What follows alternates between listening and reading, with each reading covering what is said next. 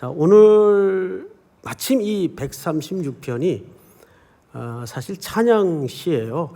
근데 본문은 9절까지 읽었지만 26절에 걸쳐 일관된 주제가 오늘 말씀의 제목입니다. 뭐라고 돼 있죠? 우리 한번 제목만 같이 읽어볼까요? 시작. 그렇습니다. 인자하심이 영원함이로다. 우리 노래 부르다 보면 뒤에 후렴구라는 게 있죠.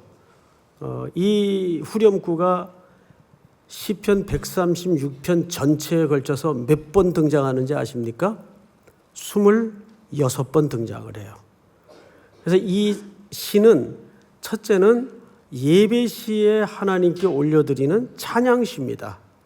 그리고 오늘 제목은 26차례에 걸쳐 등장하는 후렴구예요. 근데 이 후렴구가 아주 깊은 의미가 담겨져 있어요. 우리는 어차피 번역 성경을 보다 보니까 이 히브리 시로 된 구절을 원본을 볼 기회가 사실은 거의 없습니다. 그리고 또 자막으로 띄어놔야 거의 이제 그림 수준으로밖에는 우리가 볼 수가 없죠. 원래 원문을 보면 이 대목은 이렇게 되어 있습니다. 알파벳을 이용해서 문장을 만들었어요. 시편에는 특별히 그런 경우가 많습니다. 그렇게 시를 구조해서 쓸 때는 그 시가 후대의 후손들에게, 백성들에게 특별히 좀 기억되고 잘 읽혀졌으면 좋겠다는 더욱 간절함을 담아서 구조를 그렇게 만듭니다. 예를 들면 이제 우리말 스펠로 환치를 시켜서 한번 예를 들면 그렇게 쓰여졌구나. 히브리 말은 알레프, 베드, 기멜 이런 알파벳 순서를 갖고 있단 말이에요. 그렇듯이 우리말도 그런 알파벳 순서가 있어요. 예를 들어 가, 나, 다, 라, 마, 바 이렇게 알파벳 순서가 있겠죠? 그러면 이 시편은 이렇게 쓰여진 겁니다. 예를 들어서 가지 마오, 가지 마오. 나를 두고 가지 마오. 다 버릴지라도 그대는 믿소. 라면이나 끓여주고 가시오. 미역라면이 맛있다고 하오. 이렇게.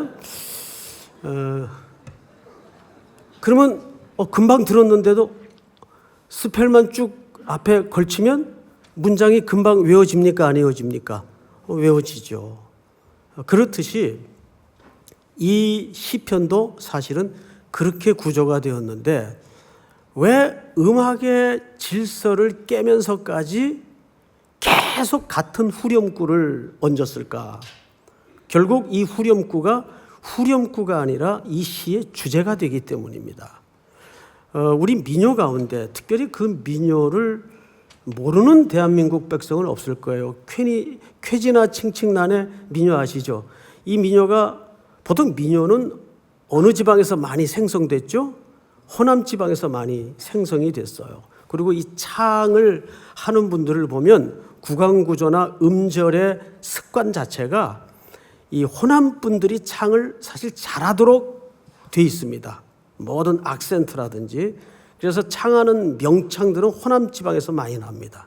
이 경상도 지방에서는 억양 구조나 습관들이 이 명창이 나오기가 사실 힘든 말 습관을 갖고 있는데 이 쾌지나 칭칭나네라는 노래만은 경상도 민요라고 알려져 있어요. 그래서 이 설에 대해서도 분분하더라고요. 어원을 좀 찾아봤더니 확실한 게 없어요. 한 4가지 설이 있는데 첫째가 경상도에서는 고기를 뭐라 그러는지 혹시 아세요? 그걸 어떻게 아세요? 괴기라 그럽니다. 괴기. 괴기. 그리고 칭칭은 총총에 변형된 말이에요. 별이 어떻게 하다 그러죠? 총총하다는 말은 적다는 말입니까? 많다는 말입니까? 많다는 얘기예요. 별이 총총.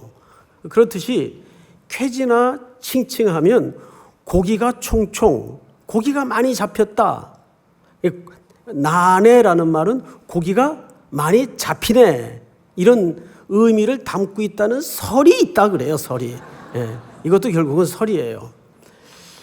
그런데 또 어떤 설은 어원을 조사해 보니까 과거에 그 외병들이 들어왔다가 도망을 갈 때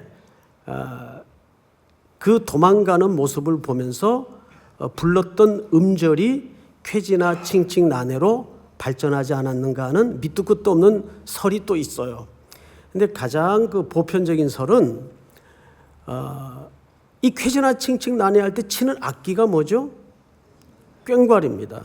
그래서 아마 이 악기 소리의 내용들을 그대로 쓰고 말하다 보니까 쾌지나 칭칭, 그래서 이건 소리를 그대로 얹은 음절이 아니겠는가, 이렇게 설들이 있는데 단정적으로 어떤 문헌을 통해서 그 기원이 정확히 밝혀진 건 없어요.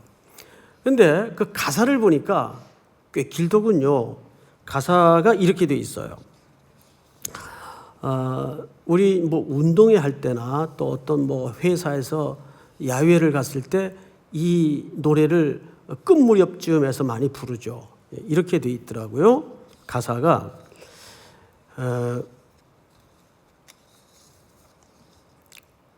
처음에 첫 음절은 그냥 쾌지나 칭칭나네, 쾌지나 칭칭나네. 가자 가자 어서 가자. 뭐가 나오죠? 쾌지나 칭칭나네. 이수를 건너서 백로로 가자. 쾌지나 칭칭나네. 하늘에는 별이 총총. 쾌지나 칭칭나네. 이내 가슴엔 사연도 많다. 시냇가엔 자갈도 많다. 계속 뒤에 뭐가 붙죠? 쾌지나 칭칭나네가 붙어요. 그런데 이 놀이를 한번 어느 단체에서나 겪어보거나 해본 분들은 이게 갈수록 비트가 격렬해집니까? 느슨해집니까? 굉장히 격렬해져요. 마치 그런 것처럼 이 시편 136편이 쓰여져 있더라고요. 내용을 읽어보면 갈수록 감동과 깊이와 흥분이 더해지는 뉘앙스를 발견할 수가 있습니다. 마치 우리 민요 중에 쾌지나 칭칭나네가 얹어져서 계속 반복하는 것처럼, 반복하다 보면 사실 오히려 어떤 의미에서는 시들어지기가 쉽잖아요. 같은 걸 반복하니까. 그런데 이게 음악이라는 장르에서 반복이 되면 놀라운 효과가 나타나요. 제가 이걸 어디서 경험했는가 하면 중국 지하교회에서 예배를 드린 적이 있어요, 한번. 아직 그때는 중국이 종교적으로도 굉장히 감시와 핍박이 심했고 또 예배조차 자유롭지 못하던 아주 초창기입니다.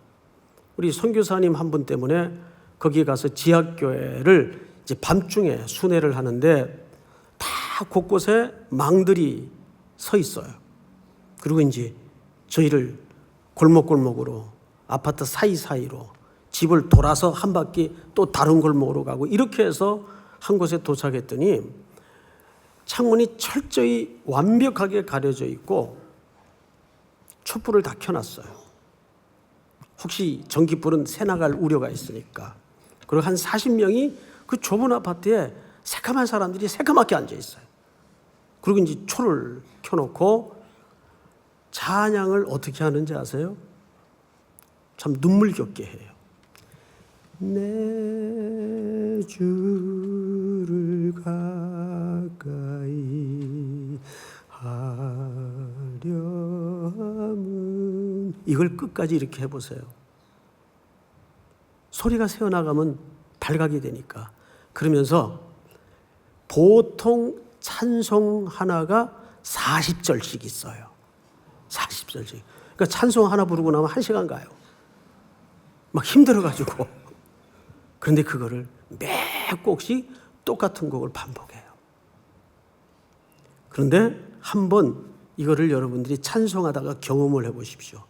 같은 곡을 한번 반복해 보세요. 의외의 은혜가 임하기 시작해요. 같은 고백을, 같은 가사를, 같은 감동을 계속 찬송해 보세요. 저는 가끔 그렇게 합니다. 찬송 한 곡을 놓고 줄창 불러요. 한 번은 저기 충현교회 기도원 가서 한 100번 이상은 불렀던 것 같아요. 같은 자리에서. 높은 산이 거친 들이 초막이나 궁궐이나 내 주 예수 모신 곳이 그 어디나 천국이니, 이 노래를 1절부터 계속 불렀어. 한 100번은 불른 것 같아요. 그때 정말 하나님께서 하늘을 가르고 제 영혼 속에 임하는 영적인 경험을 해요. 오늘 사실 이 히브리 기자가 136편을 26절에 걸쳐서 이 쓰게 된 배경에는 그런 이유가 있습니다. 그래서 후렴구가 계속 반복되는데 이제 본문을 좀 제대로 우리가 보도록 하죠. 136편을 한번 볼까요? 여호와께 감사하라. 그는 선하시며 그 인자하심이 영원함이로다. 그 인자하심이 영원하다는 말이 계속 이제 따라 나옵니다. 그러니까 이렇게 되는 거죠. 한번 저를 보실까요? 혹시 CCC 출신들은 아실 거예요. 거기에는 여름 수련회마다 수천 명 젊은이들이 모여서 수련회를 하는데 아마도 어느 날 밤에 반드시 하는 행사가 있어요.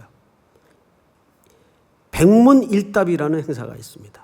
앞에 나와서 교육자나 메시지를 전하는 사람이 100가지 주제를 던져요. 인생의 키는 누가 쥐고 있습니까? 그럼 답은 늘 하나예요. 누구겠어요? 예수 그리스도. 우리도 한번 흉내 내볼까요? 인생의 키는 누가 쥐고 있습니까? 이거를 100번을 하는 거예요. 젊은이들이. 그런데 그 미루나무 숲속에 그 껌껌한 밤에 전기불만 쭉 야외에다가 켜놓고 앞에서 100가지 질문을 해요. 인생의 수많은 주제들을 얹어놓고. 그러면 청년들은 손을 들고 예수 그리스도, 예수 그리스도. 이게 일문백답이 유명한 거예요. 이게 작곡하신 김중곤 목사님이 만드신 거예요. 오늘 사실 이 본문은 전부 그것을 설명하는 거예요. 우리를 구원하시는 이 그는 어떤 분? 선하신 하나님, 인자하신 하나님. 여기 인자라는 말은 히브리 말의 가장 중요한 단어일 수밖에 없는 헤세드라는 단어를 썼어요. 인자. 이 헤세드라는 말은 다양한 하나님의 얼굴을 내포하고 있습니다. 이 헤세드는 호세아에서 보면 인애의 하나님, 인애. 저희 딸 이름인데 이 헤세드예요, 헤세드. 거기서 땄어요. 인애라고 표현도 할 수 있어요. 또 자비, 사랑. 근데 어떤 때는 이 헤세드라는 단어가 강력함, 능력으로도 번역이 돼요. 문맥에 따라서. 그러니까 이 헤세드라는 말은 굉장한 표정과 얼굴을 가지고 있는 겁니다. 자, 성경을 볼까요, 이제? 여호와께 감사하라. 그는 선하시며 그 인자하심이 영원함이로다. 두 번째, 2절을 한번 읽어보십시다. 시작. 신들 중에 뛰어난 하나님께 감사하라. 그 인자하심이 영원함이로다. 자, 여러분, 2절이 좀 이상하지 않으세요? 그렇죠. 그러지 마시고 정확하게. 시인이 이 시를 쓰면서 굉장히 경악할 문장 하나를 써요. 하나님을 비교급으로 설명하는데 신들 중에 뛰어난 하나님께 감사하라. 여러분, 하나님은 유일하신 신인데 여기 신들을 단수로 표현했습니까? 복수로 표현했습니까? 이 시인이 다원주의자인가? 아니면 혼합주의자인가?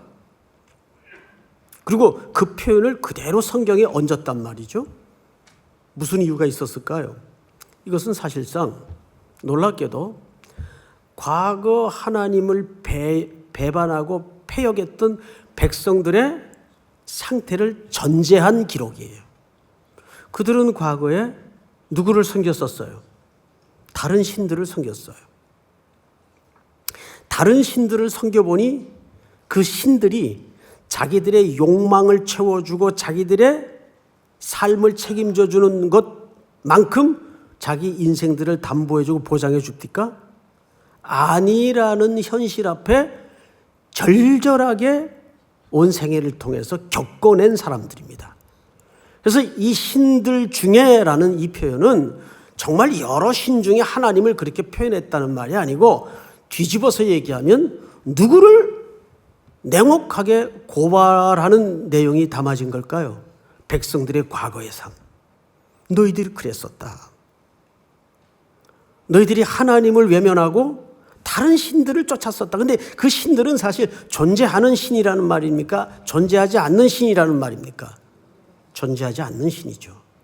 그런데 그럼에도 불구하고 이런 과거의 그들의 정신세계, 신앙의 상태의 내용을 문장으로 뾰족하게 지적하여 기록한 이유는 그런 것들을 사실은 지적하고자 하는 의도가 이 속에 깔려 있는 거예요. 너 과거에 하나님을 내버려 두고 바알에게 아버지라 그랬지. 바알이 하나님인 줄 알았지. 이 찬양을 노래할 때마다 이게 예배 때마다 이 찬양을 올려드려야 되는데 얼마나 쑤시겠어요. 자기들의 지난날의 실수가 계속 지적돼야 될까요? 그런데 여기 그래야만 했던 이유가 또 있어요. 성경을 좀 보십시다. 3절 제가 읽습니다. 주들 중에, 여기도 같은 표현이죠. 뛰어난 주께 감사하라. 그 인자하심이 영원함이로다. 다 같이 4절을 읽습니다. 시작. 홀로 큰 기이한 일들을 행하시는 이에게 감사하라. 그 인자심이 영원함이로다. 예. 자, 이제 여기에서 방금 말씀드린 것처럼 이 성경의 기록자가 그래야만 할 수밖에 없었던 이렇게 부정적인 과거 그들의 신앙과 정신세계를 이 찬양을 올려드리는 가사에 우리 같으면 이건 빼고 하자 이렇게 합의가 됐을 것 같아요. 그렇죠? 우리가 이거 별로 좋지도 않은 기억, 우리가 실수했던 시간들이었는데 이 기록을 굳이 예배 시간에 올릴 찬양의 형식적으로 담아서 이거를 계속 대대로 읽혀지도록 해야 될 이유가 뭐 있겠어요? 좋지도 않은 얘기를. 그런데 그렇게 해야만 했던 중요한 이유가 있었다고요. 뭘 것 같습니까, 여러분? 한번 상식선에서 생각을 해보자고요. 우리가 그럴 수밖에 없고 이 기록을 남길 수밖에 없었을 때는 왜 그래야만 할까? 나 같으면 왜 그래야만 할까? 한번 그런 생각을 해보자고요. 이 문장을 노래하며 눈에 들어올 때마다 뼈가 저리도록 쑤시고 아플 텐데 왜 이걸 이렇게 남겨야만 할까? 여러분, 놀랍게도 이런 이유가 있습니다. 하나님께 감사하라라는 이 말은 우상 숭배를 했던 죄에 대한 회개가 전제된 노래다 그 말이에요. 그러니까 이 감사는 사실 어떤 감사냐 하면 그냥 이것도 해주시고 저것도 채워주시고 이것도 보호해 주셔서 감사하다는 그런 감사가 아니에요. 이 감사는 근본적으로 뒤집어 엎은 감사를 얘기합니다. 내가 과거에 하나님을 배반하고 하나님을 떠나서 그 우상들이 내 인생을 담보해주고 보장해주는 줄 알았다. 그래서 여기에 감사하라는 말 속에는 반드시 뭐가 전제된 기록이었다고요? 회개. 이 백성들은 이제 철저하게 그 흔들리며 걸어가던 무의미했던 인생길에서 돌아와 지금은 어떤 사람으로 이 노래를 하고 있는 거예요? 예배자로 이 노래를 하고 있는 거예요. 여러분, 월터 브루그만이라는 유명한 구약 신학자가 있어요. 그분이 놀랍게도 이 시에는 역사시가 있습니다. 역사시라는 건 뭐냐 하면 역사적인 과거의 출애굽의 기록이라든지 이런 기록들을 담아놓은 시편을 역사 시편이라 그래요. 그런데 이 136편을 그 역사의 시편으로 분류를 해놨어요. 월터 브루그만이라는 분이. 그래서 왜 그랬을까 봤더니 이것은 단순히 그들이 돌아와서 하나님 앞에 예배자로 서 있다는 것뿐만 아니라 그걸 넘어서서 이것은 예배 형식과 고백적 형식을 담아내야 되는 노래로 자리매김했기 때문입니다. 단순히 역사만 기록한 게 아니에요. 이 136편은 모든 백성들이 예배 시마다 이 형식을 과거에 흔들렸던 기억들, 자기들이 죄악을 저질렀던 흔적들을 그대로 하나님 앞에 다시 되새김질하는 의미에서 이것이 예배적이고 고백적으로 여기에 담아놓은 거예요. 그러니까 우리가 하나님 앞에 예배 드릴 때는 반드시 묵도, 임예송 뒤에는 뭐가 이루어져야 될까요? 죄의 고백이 이루어져야 돼요. 우리 예배 시작하면 다 일어나서 이제 인도하시는 목사님의 순서를 따라 우리가 통성 기도를 합니다. 그때 반드시 간과해서는 안 되는 예배의 순서가 하나님 이곳에 임재해 주시고 내 죄를 용서해 주시옵소서. 그러니까 여기서 감사는 어떤 것이 전제된 감사일 수밖에 없다고요? 회개. 그래서 이 감사는 우리에게 넉넉함을 주시고 우리를 살펴주시고 이런 감사의 의미가 아닌 철저한 회개가 전제된 감사를 여기에 노래하고 있는 거예요. 그걸 형식화시키고 고백화시켰다는 거예요. 그 말은 곧 무슨 말이 될까요? 이것은 예배 때마다 반복해야 되고 강조해야 되고 각인해야 되는 의미라는 것을 이런 형식으로 소개하고 있는 거예요. 그러니까 우리 모든 성도들이 예배 자리에 나올 때마다 하나님을 통해서 얼굴을 만나고 하나님의 마음을 말씀으로 듣기 전 먼저 그리스도의 보혈로 우리를 다시 한번 또 씻어내는 감사가 있어야 돼요. 그 금은을 통과하지 않고 주님의 씻음을 통과하지 않고 아버지의 보좌와 존전 앞으로 올 수가 없는 거죠. 과거에는 그 일을 제사장이 대신했다면 이제는 우리가 그리스도의 이름으로 휘장이 찢어진 이후에 예수 그리스도께 십자가에 죽으신 이후에 우리는 누구나 어떤 예배 시간에도 그 행위를 하나님과 나 사이에 1대1로 독대할 수 있는 특권을 가진 자녀라는 사실을 기억하시기 바랍니다. 여러분, 어느 자녀가 옆집 아저씨가 데려와서 아버지한테 용서를 빌게 하는 경우가 있어요? 그건 좀 수상한 관계죠. 직접 가면 돼요. 그러면 아버지 앞에 나오는 걸로 아버지는 끝나요. 새카맣게 가지고 거짓골로 와도 아버지는 그걸로 된 거예요.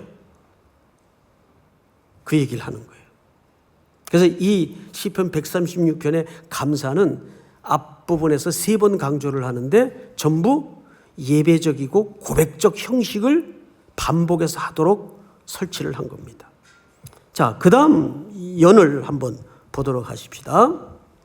지금까지는 하나님의 인자하심을 근거로 감사할 수밖에 없었던 이유를 설명했다면 이제부터는 창조의 기록들이 등장을 합니다. 4절부터 다시 볼까요? 4절. 홀로 큰 기이한 일을 행하시는 이에게 감사하라. 그 인자하심이 영원함이로다. 5절 다 같이 읽습니다. 시작. 지혜로 하늘을 지으신 이에게 감사하라. 그 인자하심이 영원함이로다. 땅을 물 위에 펴신 이에게 감사하라. 그 인자하심이 영원함이로다. 자, 앞을 보십시다. 우리는 이 지구가 만들어진 모양을 잘 생각해 보세요. 머릿속에. 위로 도두어진 지역이 바다입니까? 땅입니까? 땅이죠. 땅이고 산입니다. 그렇죠? 그리고 그 사이사이에 물이 얹어져 있어요. 그러면 땅과 물이 지구를 형성하고 있습니다. 보이는 영역에서는. 그런데 항상 물은 변수가 있어요, 없어요? 변수가 있어요. 일렁이고 출렁이고 일어나고 가라앉습니다. 그래서 성경에서 바다에 대한 시적 표현을 잘 보시면 항상 인생을 비유합니다. 요동치는 인생으로 묘사를 해요. 그래서 인생을 시인은 이런 표현을 쓰기도 했어요. 바다에서 영업하는 자와 같으니라는 표현을 써요. 그가 음부에까지 내려갔다가 파도 끝에 올라갈지라도 하나님은 그를 붙드시나니. 그래서 바다, 즉 물이 갖는 상징은 전부 요동치는 것을 많이 상징합니다. 근데 그 물에 비해서 땅은 지진이 나지 않는 한은 요동칩니까 안 칩니까? 요동치지 않아요. 언제나 뚝심을 가지고 뿌리를 내린 채 그 자리에 그대로 있어요. 이것이 성경에서 시적으로 묘사되는 가운데 땅과 물을 비교하는 시적인 언어예요. 땅은 요동하지 않아요. 그런데 종말이 되면 그 종말의 사인으로 자주 성경에 언급되는 땅의 현상이 뭐예요? 지진을 항상 얘기합니다. 마지막 때가 되면 뭣도 움직일 수 있다는 거예요. 지진도 움직일 수 있다는 거예요. 언젠가 계시록 강의를 통해서 말씀을 드린 바가 있죠. 이런 마태복음 24장이나 26장까지에 걸쳐서 종말의 몇 가지 현상들을 설명할 때 반드시 빠지지 않는 항목이 지진이에요. 왜 그랬을 것 같아요? 여러분 지진 겪어봤잖아요. 우리나라 지진은 아직은 뭐 그렇게 지난번 포항에 나타났던 지진 외에는 그렇게 강렬한 지진이 없었던 것 같아요. 아주 전율스럽죠. 내가 이렇게 발을 딛고 서 있는데 또 침대에서 잠을 자고 있는데 집이 한번 흔들렸다고 생각을 해서 이 냉장고가 거실 가운데로 막 확 밀려나가고 그런 광경을 한번 봐보세요. 세상에 복잡한 생각 다 없어집니다. 예? 지금 뭔가 이렇게 유리병도 굴러가고 그러잖아요. 깜짝이야. 난 지진 난 줄 알았네. 웬 술병 굴러가는 소리가 나요? 자, 잘 생각하세요. 사람이 자기가 살고 있는 집터가 움직인다고 매일 흔들거린다고 생각할 때 제일 먼저 생각할 게 염두에 둘 게 뭐겠어요? 아, 여기 살 집이 안 되는구나. 여기 내가 살 집이 아니구나. 그거 제일 먼저 생각하지 않겠어요? 그래서 제일 먼저 자기도 본능적으로 행동하는 게 뭔지 아세요? 집 밖으로 뛰어나갑니다.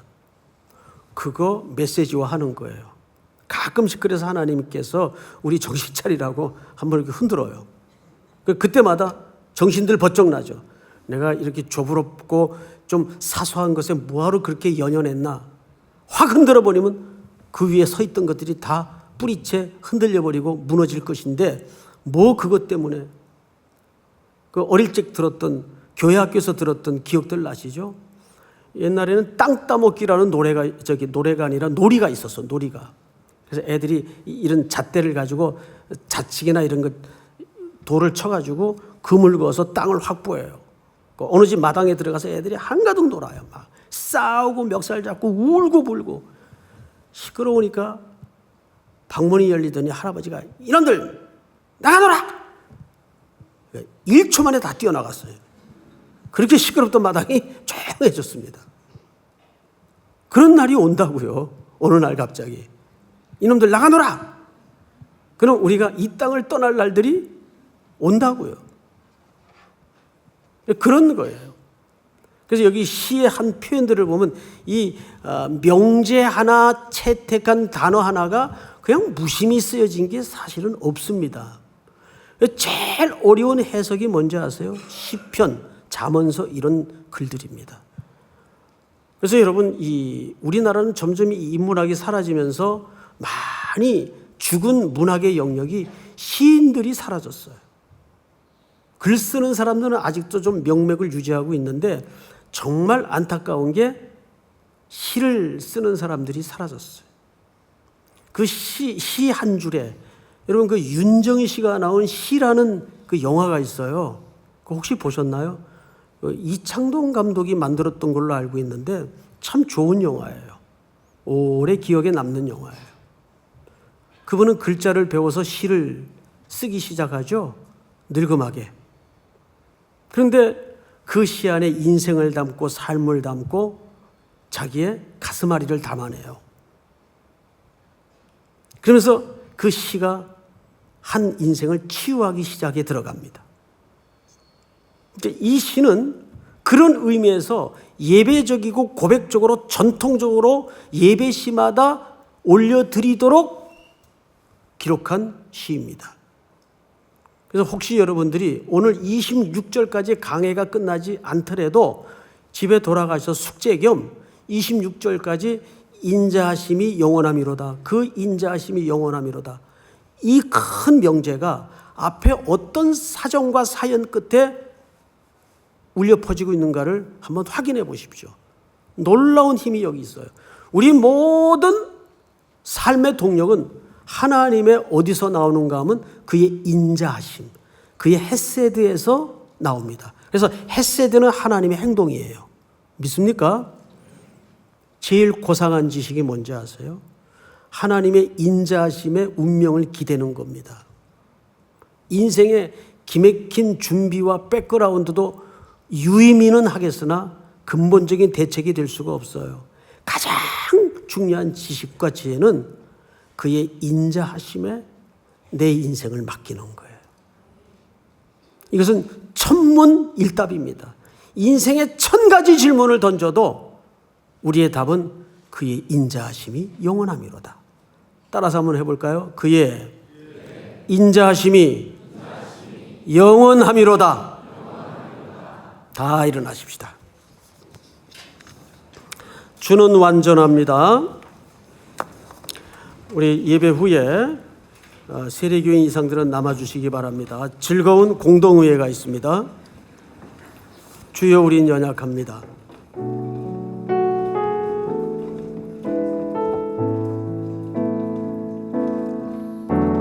주여 우린 연약합니다. 우린 오늘을 힘겨워합니다. 주 뜻 이루며 살기에 부족합니다. 우린 연약합니다. 주여 우린 넘어집니다. 오늘 하루 또 실수합니다. 주의 그늘을 구하는 죄인입니다. 우리 주만 바라봅니다.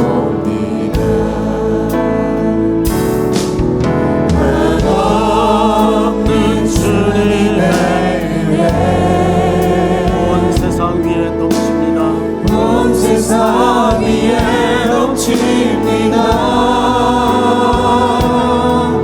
가릴 수 없는 주 영광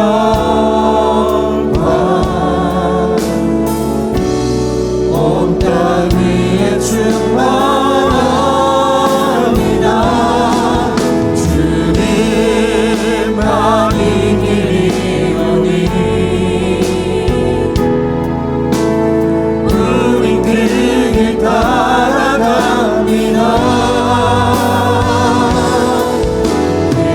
그날에 우리 주는 이루시리. 완전합니다. 주는 한없는 주님의 온 세상 위에 넘칩니다. 없는 주님의 은혜 온 세상 위에 넘칩니다. 가릴 수 없는 주 영광 온 땅 위에 충만합니다.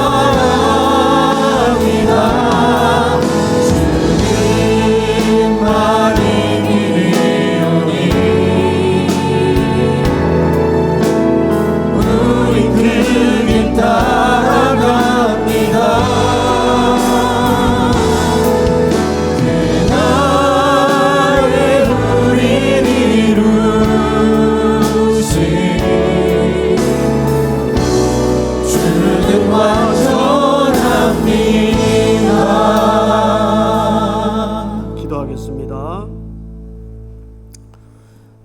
산천도 초목도 하늘도 땅도 주님의 손에 빚어짐을 감사합니다. 하나님의 지혜로 이 모든 것들을 만드셨고 그 속에 우리를 두셔서 이 모든 것들을 살도록 허락하시고 그 속에 주님을 경험토록 허락하심을 감사합니다. 모든 것이 감사함을 이빨린 고백이 되지 않도록 도우시고 우리의 뼈마디까지 하나님의 자비에 우리의 인생을 기대는 결단을 허락해 주시옵소서. 이제 이렇게 한 주가 예배로 시작을 했습니다. 내일부터 만나는 삶의 예배에서 이 고백으로 이기게 하시고 이 고백으로 승리할 수 있도록 인도하여 주시옵소서. 나는 초라하고 연약하지만 부족하지만 주는 완전하시기에 그 연약하고 초라하고 보잘것없는 인생들이 완전하신 주님과 연합하여 온전하게 은혜를 누릴 수 있도록 인도하여 주시옵소서. 수많은 일들, 결정해야 될 사정들, 또 만나야 되는 사연들 두려워하지 말게 하시고 아무것도 염려하지 말고 오직 기도와 간구로 주님께 자비를 구할 때 모든 지혜가 뛰어난 하나님께서 그리스도 예수 안에서 우리를 평강으로 인도하시는 줄을 믿습니다. 지금은 우리 구주 예수 그리스도의 은혜와 하나님 아버지의 사랑과 성령님의 교통하심이 오늘 머리 숙여 경배를 드리는 사랑하고 사랑하는 우리 젊은이들, 우리 성도들 머리 위에 해외, 군에 출타 있는 가족들, 복중의 생명까지 영원토록 함께 있을지어다. 아멘.